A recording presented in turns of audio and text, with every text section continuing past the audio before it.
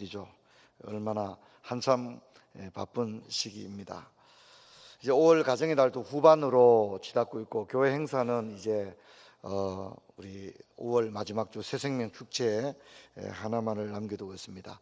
아마 이번 주간에는 여러분들도 반팔을 한번 꺼내 입지 않았을까 그렇게 생각합니다. 오늘 홀파에 오신 여러분들께 고맙고 감사하게 생각합니다.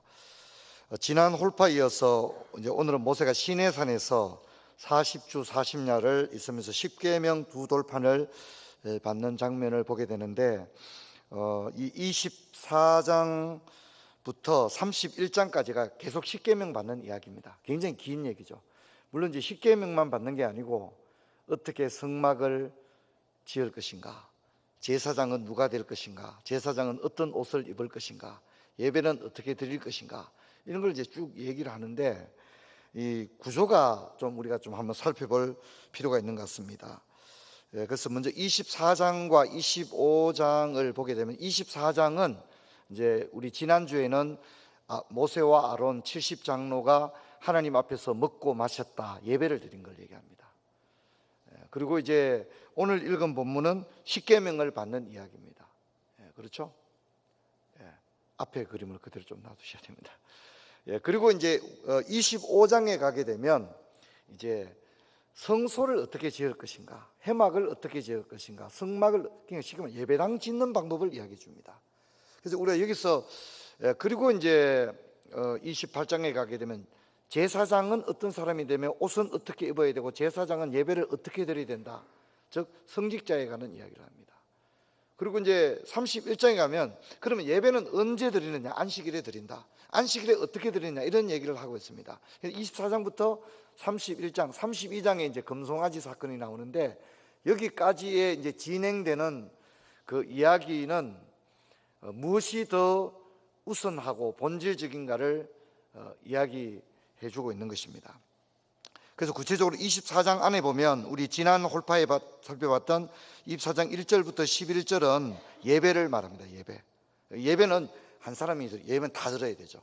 그래서 모세, 아론 70명의 장로들이 하나님 앞에서 먹고 마셨다, 이제 그렇게 얘기가 나옵니다.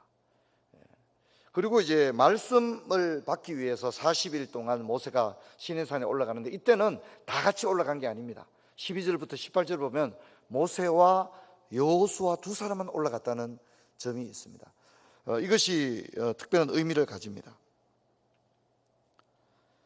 예배는 다 같이 드렸지만 말씀은 누구나 다, 요즘으로 말한다면 누구나 다 막 설교할 수 있는 건 아니었다는 겁니다.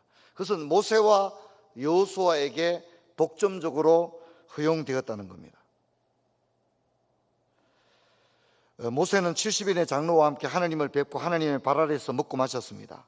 근데 하나님께서 이스라엘 자손을 손을 대지 않았다고 말했습니다. 이 말은 뭐냐면, 정상적인 상황에서라면 70인의 장로는 하나님 앞에 갈 수가 없는 존재예요. 왜요? 죄인이기 때문에. 하나님 앞에 가면 어떻게 됩니까? 죽어야 되는 거예요. 그런데 하나님이 단지 익스큐즈 해준 거예요. 손을 안 댔을 뿐이에요. 죄가 없기 때문에 안 죽었고 당당하게 무슨 자격이 있었기 때문에 하나님 앞에 가서 먹고 마신 게 아니라, 단지 하나님이 뭡니까? 손을 안 대신 것 뿐이에요. 우리가 이건 굉장히 중요한 의미를 가집니다. 그리고 이 70인의 장로를 뭐라고 부릅니까? 존귀한 자들이라고 말합니다. 이스라엘의 존귀한 자들에게 하나님이 손을 대지 아니하셨고, 이렇게 이야기합니다. 저는 사실 이제 이게 지난주에 살펴본 말씀인데, 이 말씀이 진짜 은혜를 받았어요. 왜냐하면 무슨 존귀합니까? 죄인인데 하나님의 이름을 부를 수도 없고 하나님의 존재 앞에 감히 나가지도 못하고 얼굴을 들고 보면 바로 죽는 겁니다. 그렇죠? 그게 우리들의 모습이에요. 죄인의 모습이에요. 근데 하나님은 진짜 자격 없는, 하나님 앞에, 존재 앞에 감히 나갈 수 없는, 나가면 죽는, 얼굴을, 고개를 들고 하나님을 바라볼 수도 없고 또 본질적으로 하나님의 이름을 부를 수도 없어요. 여러분, 우리가 기도할 때 예수님이 너희는 이렇게 기도하라고 했죠. 근데 하나님을 불러야 되잖아요. 하나님을 어떻게 부르라고 했어요? 하나님이라 부르라고 했어요. 사실은 하나님이라 부를 수 없는 거예요. 우리는 죄인이기 때문에 하나님이라 부를 수 없어요. 그런데 단지 우리가 부를 수 있는 것은 뭐라고 부를 수는 있죠? 아버지라고는 부를 수 있는 거예요. 우리가 하나님을 마치 친구 대하듯이 하나님 이렇게 할 수 있는 존재들이 아니에요. 우리는 죄인이기 때문에. 근데 여러분, 영접하는 자 곧 그 이름을 믿는 자에게는 하나님의 자녀가 되는 어떻게 해요? 권세를 주셨다고 했어요. 권세. 그렇기 때문에 우리는 비로소 하나님을 뭐라고 부를 수 있습니까? 아버지. 하늘에 계신 우리 아버지. 하늘에 계신 하나님에 대해서는 우리가 감히 얼굴을 들 수 없고 하나님이라고 부를 수도 없는 존재인데, 우리가 예수님을 믿음으로 말미암아 하나님의 자녀가 되는 권세를 받았기 때문에 하나님을 아버지라 부를 수 있는 줄로 믿습니다. 여러분, 이거 굉장한 은혜라는 걸 잊지 말아야 됩니다. 오늘 그게 바로 이 하나님 아버지의 마음입니다. 여러분, 이스라엘 백성이 40년 동안 종노릇했습니다. 근데 그들을 구원해냈습니다. 그리고 아직 이들은 단지 출애굽했을 뿐이지 제대로 갖춰져 있지 않습니다. 성막도 아직 안 지어졌고요, 십계명 돌판도 없고요, 제사장도 아직 없고요, 이들에게는 율법이 주어지지도 않았고요, 굉장히 모든 게 갖추어지지 않은 그런 상황이에요. 그런데도 하나님은 이제 천천히 만나지, 또 예배당 짓고 제사장도 세우고 이스라엘 백성은 내 천천히 보면 안 되나, 이게 아니라 주님은, 하나님 아버지의 마음은 그들을 만나기를 원하신 줄 믿습니다. 참 이게 너무 귀한 얘기예요. 이제 제가 이제 또 바쁘기도 하고 그래서 집에 영 잘 내려가지를 못했어요. 이제 모친이 전화가 와서, 임 목사 많이 바쁜가? 안 바쁘거든 잠시라도 한번 왔다 가면 안 되는가 그렇게 얘기하시더라고요.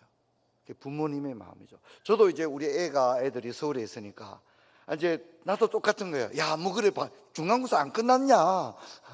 중간고사 끝났으면 한번 왔다 가면 안 되냐? 아빠 이것도 해야 되고 저거 그거 그러냐? 그런 거예요.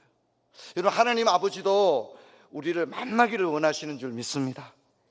하나님도 우리를 만나기를 원해요. 그런데 이스라엘이 하나님을 만날 준비가 되어 있어요, 안 되어 있어요? 안 되어 있는 거거든요. 그렇죠? 안 되어 있어요. 지금 전혀 안 되어 있어요. 근데 하나님께서, 그래서 우리가 지난주에 살펴본 홀파를 보면 하나님께서 이 이스라엘 사람들에게 뭐라고 말합니까? 가까이 오지 마라 그러죠. 그죠? 산에 올라오지 마라, 가까이 오게 하지 마라.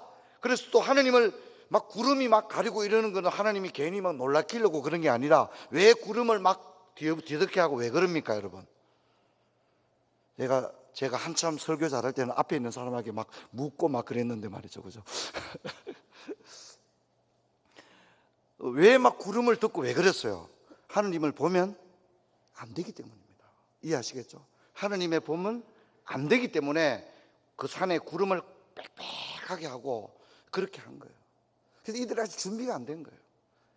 하나님의 말씀도 받지 못했고 성막이 아직 제대로 된 말씀이 없는 상태.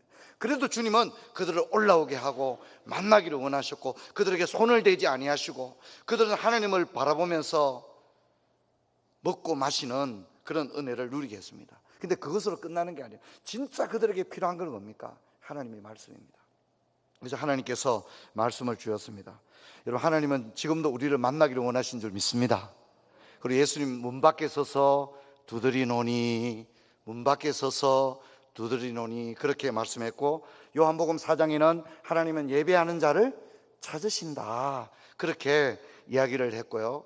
제가 이제 참 이 얘기는 참 수도 없이 했는 것 같아요. 우리 교회가 한때 소록도 좀 열심히 다녔잖아요. 그죠?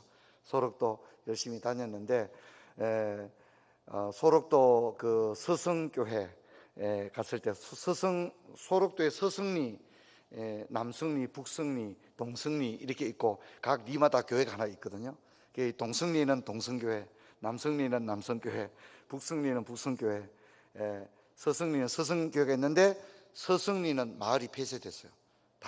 대부분 돌아가셔가지고. 그래서 서성교회가 이제 완전히 그냥 멈춰져 있는 그런 상태인데, 제가 그 서성교회 앞에 가서 너무 감동을 받았었어요.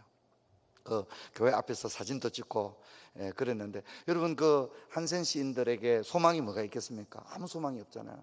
정말 이렇게 눈썹이 다 녹아내리고 코가 녹아내리고 손마디들이 다 하나씩 다 떨어져 나가버리잖아요. 그들에게 무슨 소망이 있습니까? 여러분, 그들에게 소망은 하나님밖에 없는 줄 믿습니다. 그들에게 소망은 하나님밖에 없습니다. 한때 이제 소록도에서 봉사하시던 외국 수녀 두 분이 화제가 되기도 하고 그랬지만, 실제로 소록도에는 기독교 분포가 98%였습니다. 완전히 거의 기독교였습니다. 그리고 사실은 그 수녀 두 분은 굉장히 알려졌지만, 소록도에서 진짜 헌신적으로 살았던 너무너무 귀한 믿음의 사람들의 이야기가 너무너무 많습니다. 사실 다 발굴이 제대로 다 되지 않았습니다. 요즘은 매스컴도 다 돈입니다. 돈. 무슨 하나의 어떤 특집을 내보내려면 기본적으로 수억 단위를 주지 않고는 그게 나가지가 않습니다. 우리는 물론 이제 그런 걸 텔레비전이나 뭐 이렇게 보지만 그게 그냥 나오는 건 하나도 없습니다. 다 어디선가 돈이 들어갔기 때문에 그런 것이 나간다, 그렇게 생각됩니다. 소록도와 관련해서 참 이름도 빛도 없이 헌신했던 수많은 그리스도인들의 모습들이 있죠. 근데 그분들이 이제 자신을 바라볼 때는 소망이 없는 거예요. 그죠? 로마서 8장의 말씀처럼 보이는 것이 소망이 아니니 누가 보이는 것을 바라리요 한 것처럼 자신의 이 상황을 볼 때는 소망이 없는 거예요. 그래서 뭡니까? 그들이 시편의 말씀을 새긴 걸 봤어요. 저는 진짜 그 시편의 말씀이 그토록 제 가슴에 강렬하게 와서 이렇게 부딪혀 본 적은 없는 것 같아요. 내가 주의 성전의 아름다움으로 만족하리이다. 자신들에게 무슨 만족이 있겠습니까? 단지 그들이 뭔가 주의 성전에 내 평생에 내가 주의 전에 살며 주의 성전의 아름다움으로 만족하리이다. 참 너무나도 소중하다는 생각이 들었습니다. 일제강점기에 한센 씨들이 그 소록도에다 모아줬고, 또 이 예배당을 지으려고 할 때 예배당을 짓지 못하도록 고의적으로 가장 안 좋은 땅, 그 해변가의 낭떠러지 땅, 이런 것들을 주었습니다. 그리고 도구도 주지 않았다고 그러죠. 그러니까 손가락이 다 떨어져 나갔으니까 여기에 숟가락 이런 것을 이렇게 묶으면서 이렇게 끌고서 하고, 그래서 서성교회도 가보면 그 바위가 예배당 안에 그냥 있죠. 바위를 못 깨가지고. 바위를 왜 못 깨겠습니까? 도구만 줬으면 바위를 깨고 본당을 지었을 텐데 그걸 못 깨가지고 그걸 그대로 놔둔 채 예배당을 지었죠. 진짜 거기는 소록도를 한번 가면 우리 민족의 역사와 기독교 신앙이 우리 민족에게 어떤 영향을 주었는가를 진짜 두말 필요 없이 다 알 수 있는 현장이 아닌가, 그렇게 생각합니다. 여러분, 하나님은 지금도 우리를 만나기를 원하신 줄 믿습니다. 근데 우리는 너무 바쁘죠. 그렇죠? 주님, 저 너무 바빠요. 그렇게 이야기하는 시대입니다. 우리가 여기서 기억해야 될 것은 하나님을 만나는 데는 일정한 원리가 있고 영적 규칙이 있다는 것을 잊지 말아야 됩니다. 그래서 하나님께서 이스라엘을 가까이 오지 말라고 했죠. 하나님이 이스라엘이 싫어서 가까이 오지 말라고 접근 금지 명령을 한 것이 아니라, 인간은 하나님께 가까이 가면 죽습니다. 죄 때문에 그렇습니다. 우리 이걸 알아야 됩니다. 우리는 언제나 죄인이며 감히 하나님 앞에 나갈 수조차 없으며 얼굴을 들 수조차 없고 감히 하나님의 이름을 부를 수조차 없었던 존재라는 사실을 기억해야 됩니다. 그건 지금도 마찬가지입니다. 그런데 죄로 인해서 하나님과 우리는 본질상 진노의 자녀가 되었고 원수가 되었는데, 이것을 화목하게 하신 분이 있는데 그게 예수님입니다. 그래서 주님은 하나님과 우리 사이에 막힌 담을 자신의 육체로 하셨다, 성경은 그렇게 이야기합니다. 그래서 우리는 지금 기도할 때 누구 이름으로 기도합니까? 예수님의 이름으로 기도하는 거예요. 여기 어떤 누구도 자기 이름 석자 갖다 대놓고 하나님께 기도할 수 있는 사람은 아무도 없어요. 어떤 누구도. 세상의 모든 사람들은 오직 누구의 이름으로만 기도할 수 있는 거죠? 주 예수 그리스도의 이름으로만 기도할 수가 있다는 사실을 잊지를 말아야 합니다. 그런데 우리가 하나님 앞에 나갈 때 정말 하나님께서 우리에게 주고 싶어 하는 것, 또 우리에게 꼭 필요한 것, 여러분, 그게 뭐냐면 바로 하나님의 말씀인 줄로 믿습니다. 그래서 예배당 지어놓고 난 다음에 말씀을 준 게 아니라, 성막을 짓고 난 다음에 말씀을 준 게 아니라 말씀을 먼저 주신 줄 믿습니다. 이게 중요한 거예요. 말씀을 먼저 주셨다는 것을 잊지를 말아야 합니다. 십계명을 주었습니다. 근데 하나님께서 십계명을 그냥 이메일로 보내준 게 아니라 정말 USB에 담아서 준 게 아니라 돌판에 기록해 주었습니다. 돌판에. 그리고 40주 40야를 지내는 동안에 이것을 주었습니다. 이것은 장차 교회가 세워지고 일었음이 말씀에 달려있다는 것을 우리에게 말해줍니다. 여러분, 어떤 한 가정도, 한 교회도, 한 민족도 결국 말씀에서 성부가 난다는 사실을 잊지를 말아야 합니다. 지금 이제 뭐 정치 이야기를 하게 되면 굉장히 민감하기 때문에, 그러나 참 저는 좀 우려되는 부분이 이제 굉장히 많이 있습니다. 한동대학교와 숭실대학교가 기독교 재단이죠. 특히 숭실대학교는 대단하죠. 숭실대학교는 북한에서부터 시작됐잖아요, 그죠? 평양에서부터 시작이 되었거든요. 제가 요즘 이제 우리 한국 교회사를 정리하고 있는데 1907년도에 평양 장대제 교회에서 최초의 노회가 시작되고 그날 7명의 한국 목사가 세워지게 되는데, 그때 이제 그때는 이제 목사, 조사, 영수 이런 제도가 있었는데요. 보게 되면 절대적으로 북한 지역이 많습니다. 북한 남쪽에는 뭐 대구는 목사 1명 뭐 이래밖에 안 됩니다. 그런데 평양에는 1907년 당시에 이미 목회자가 15명씩 막 있고 그랬거든요. 절대적으로 평안남도, 평안북도 이 지역이 절대적으로 목회자 수가 많고 그랬습니다.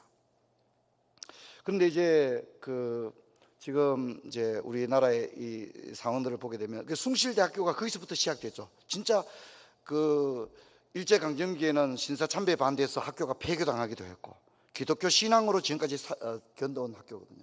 그래서 이제 학교가 대외적으로 이제 동성애에 대해서 우리는 기독교적 가치와 충돌되기 때문에 기독교를 동성애를 인정하기는 어렵다. 근데 이제 연세대학이나 이화여대 같은 경우는 제가 볼 때 다 넘어갔습니다, 이미. 여기 계명대학교도 마찬가지입니다. 이미 다 넘어갔습니다. 실질적으로 안에 이슬람 예배를 드릴 수 있도록 다 허용을 하고, 이미 그런 기독교 사학의 어떤 가치들 이런 것들을 이미 다 이제 그런 카드를 다 버려버렸거든요. 근데 이제 지금 이제 이런 상황에서도 끝까지 지금 기독교적 가치를 위해서 일제강점기의 신사참배 때문에 학교를 폐교했는데, 거의 그런 각오로 국가를 대상으로 국가가 이 학교를 인정할 수 없다면 학교 문을 닫겠다는 심정으로 동성애 가치에 대해서 기독교적 가치를 지금 이야기하고 있는 학교는 2개밖에 없습니다. 한동대학교와 숭실대학교 2개밖에 없는데, 이번에 한동대학교에서 문제가 생겼죠, 그죠? 근데 이제 문제는 제가 볼 때는 이제 우리나라 사법부가 적절한 판단을 저는 했다고 생각합니다. 이제 그 교목 목사님이 설교 시간에 무슨 얘기를 했는데, 제가 볼 때는 그렇게 설교를 안 하는 게 좋았다는 생각이 들더라고요. 근데 문제는 이제 뭐냐면, 이제 거기까지 와 있다는 걸 알아야 합니다. 제가 일전에도 얘기했지만 동성애가 죄라든가 이런 설교를 마음껏 할 수 있는 시기가 우리나라도 이제 얼마 남지 않았다고 저는 생각이 되어집니다. 이미 학교에까지 와 있습니다. 교목이 채플에서, 대학 채플에서 설교한 것까지 이미 문제가 되고 있는 상황에 지금 와 있기 때문입니다. 여러분, 이것이 이제 교회까지 들어오는 것은 결코 어려운 문제가 아니죠. 어려운 문제가 아닙니다. 그래서 요즘 최근에 많은 교회들이 오히려 설교 서비스를 중단하는 교회도 많이 있습니다. 설교 그냥 와서 들으라고, 그냥 이렇게 영상으로 막 제공하고 이런 것들을 가능하면 안 하려고 하는 교회들도 굉장히 많습니다. 왜냐하면 설교한 것 자체가 자료가 다 남아 있는 거니까요. 그렇죠? 여기까지 와 있는 그런 상태였습니다. 여러분, 이미 기독교 가치와 우리 세속 국가의 가치는 이미 충돌을 많이 일으킵니다. 대표적인 게 간통입니다. 간통. 국가는 간통이 죄가 아니라고 이야기를 하고 있죠. 근데 우리는 이게 어떻게 죄가 아닙니까? 성경에 그것이 죄라고 분명히 이야기했기 때문에. 그리고 이제 이번에 어떤 일이 있었죠? 낙태도 문제가 됐죠, 그죠? 낙태. 낙태도 이제 물론 이제 구체적인 시행령은 아직 안 만들어졌습니다. 이제 헌법에 이제 위배된다라고 했기 때문에 이제 국회가 거기에 맞는 법을 만들어야 되는 걸로 알고 있습니다. 그러나 어쨌든 낙태가 인간의 권리를 제한하는 것이라고 이미 판결이 나버린 상태죠. 근데 여러분, 이게 시작에 불과합니다. 우리 교단은 여자 목사가 없거든요. 그런데 이제 어느 기관에서 우리 교단을 국가인권위원회에다가 제소했죠.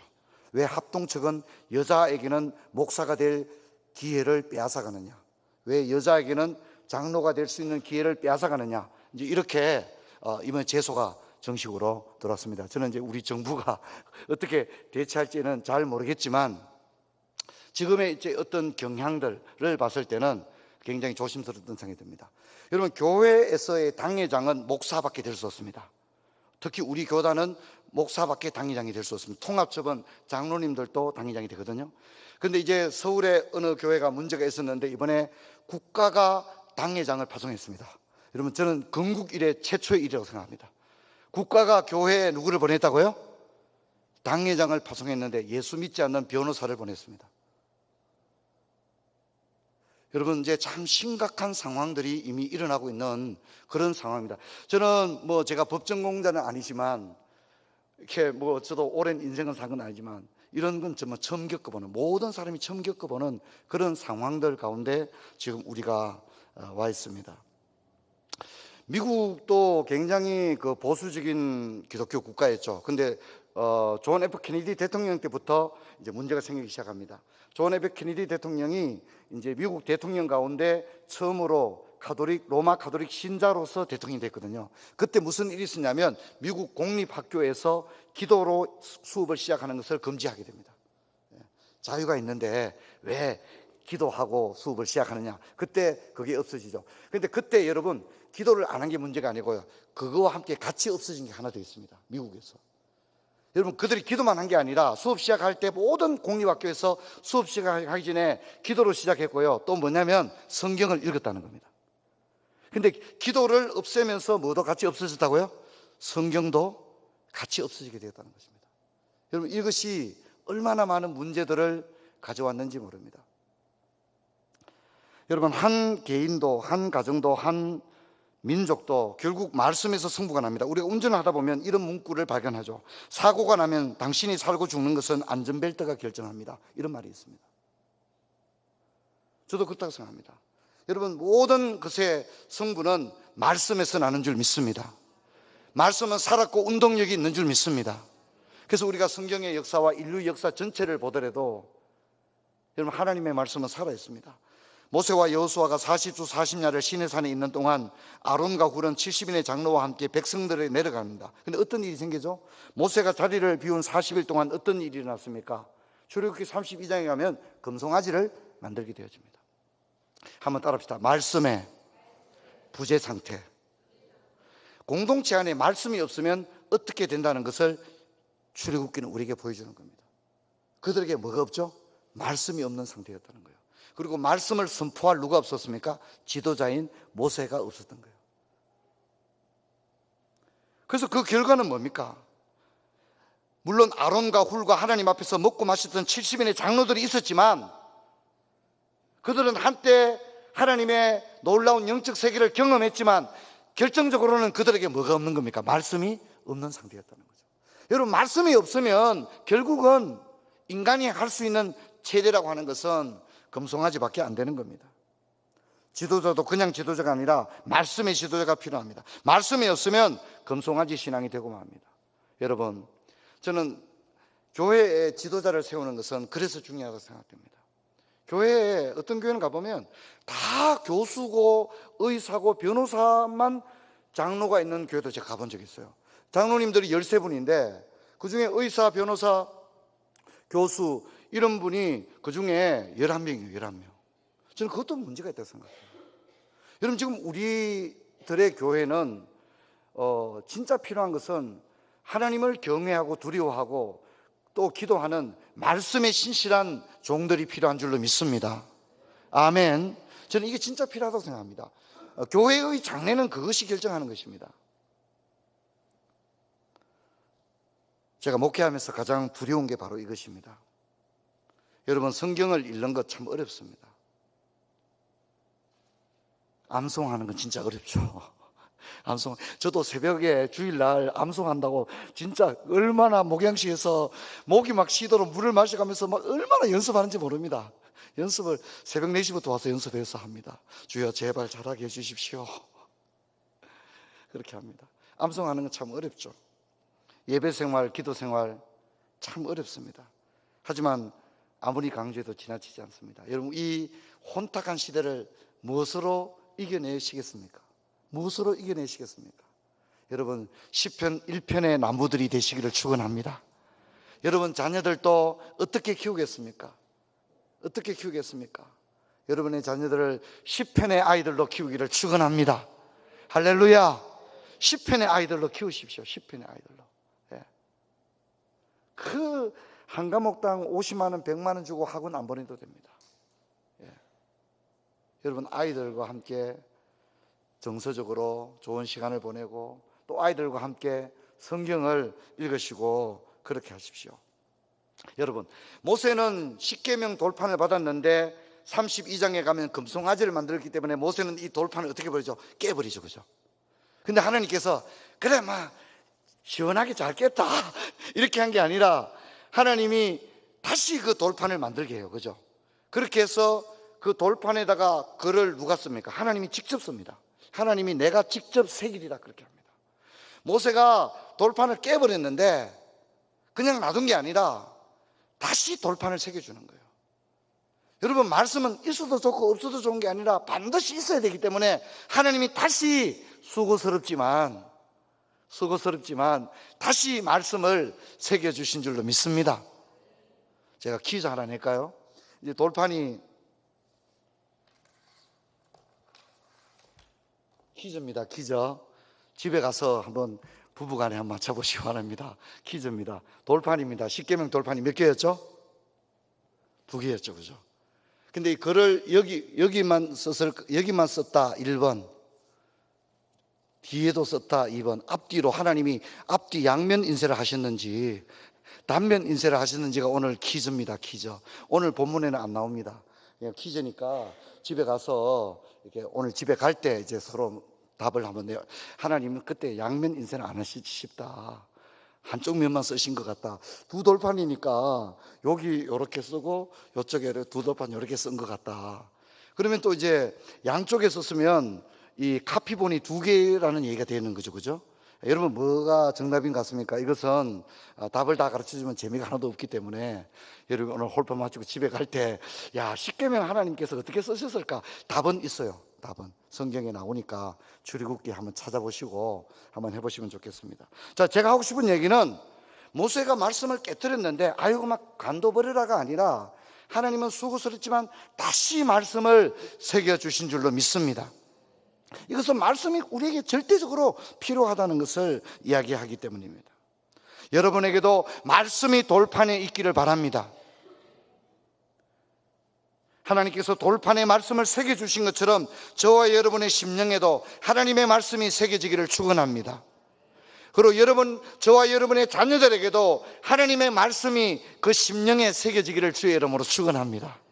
어려서부터 말씀을 가르치십시다.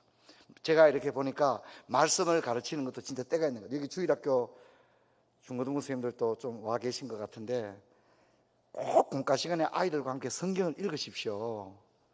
얼마나 귀한지 모릅니다. 공과 시간에 애하고 재밌는 얘기만 하고 끝내면 진짜 좋은 선생님을 만나야 되거든요. 공과 시간에 쪼꼬바이만 먹고 끝내보면 안 됩니다. 아이에게 공과를 제대로 가르치고 한 10분이라도 아이와 함께 앉아 소리내어서 함께 성경을 같이 읽어나가야 됩니다. 집에서도 마찬가지고요. 그리고 더 중요한 것은 뭡니까? 우리 교회가 성경 암송하고 있잖아요. 진짜 이것은 나이 드신 분들은 암송이 진짜 어려워요. 저만 해도 진짜 굉장히 어렵습니다. 제발 19편 하고 그만두고 싶은 진짜 마음입니다. 올해는 19편 하고 그만둘 겁니다. 내년 봄에 다시 봅시다. 그런데 진짜 우리 지금 암송 뭐 했죠? 1편, 그 다음에요 23편, 그 다음에요 진짜 이건 누가 해야 돼요? 우리 아이들이 해야 되는 겁니다. 그리고 아이들은 어렵지 않습니다. 마음만 먹으면 금방 애웁니다. 그리고 아이들이 이것을 선생님하고 계속 일을 하게 되면 진짜 살아있는 말씀이 아이들의 심령에 새겨질 줄 믿습니다. 진짜 이건 저는 너무너무 귀한 것이다, 그렇게 생각되어집니다. 그리고 우리가 암송 오늘 한 것처럼 시편 19편에 정말 말씀이 꿀과 송이꿀보다 더 달도다, 우리가 그렇게 고백할 수 있는 그런 은혜가 있기를 주의 이름으로 축원합니다. 말씀으로 성장한 자녀들은 결코 주님을 떠나지 않을 겁니다. 그러나 아무리 목사 아들, 딸로 태어나도 진짜 말씀이 없으면 결국은 다 주님을 떠난다는 것을 여러분 잊지를 말아야 합니다. 진중근 씨라든가 김용민 씨라든가 다 목사님 아들입니다. 목사님 아들입니다. 최근에 옥하는 목사님 아들 옥승호 집사도 책을 썼는데 완전 기독교 신앙을 부정하는 책을 썼죠. 완전 기독교 신앙을 부정하는 책을 썼습니다. 옥하는 목사님 맏아들이 어떻게 이런 책을 쓸 수 있느냐, 도저히 믿어지지 않을 정도의 책을 썼습니다. 성경을 완전히 부정하고요, 기독교 신앙을 완전히 부정하는 책을 최근에 냈습니다. 여러분, 얼마나 두려운 얘기입니까? 목사 자식이라도 안 됩니다. 말씀이 없으면 결국 다 주님을 떠나기는 다 똑같은 것입니다. 뭐에서 성부가 난다고요? 말씀에서 납니다. 그래도 아이들이 아직 부모를 안 떠났을 때 조금이라도 가정예배 드리시고 성경 읽고 꼭 그렇게 하시기를 바랍니다. 우리 오늘 찬양하면서 우리 한편 기도하고 돌아가도록 하겠습니다. 우리가 5월 마지막 주일 2부 3부 때는 새생명 축제입니다. 여러분 전도하는 일에 마음을 모아주시고, 다음 주 홀파는 동성애 특강을 하게 되는데 좀 좋은 시간이 되리라 생각합니다. 우리가 좀 기초적인 지식을 가질 필요는 있다고 생각되어서 다음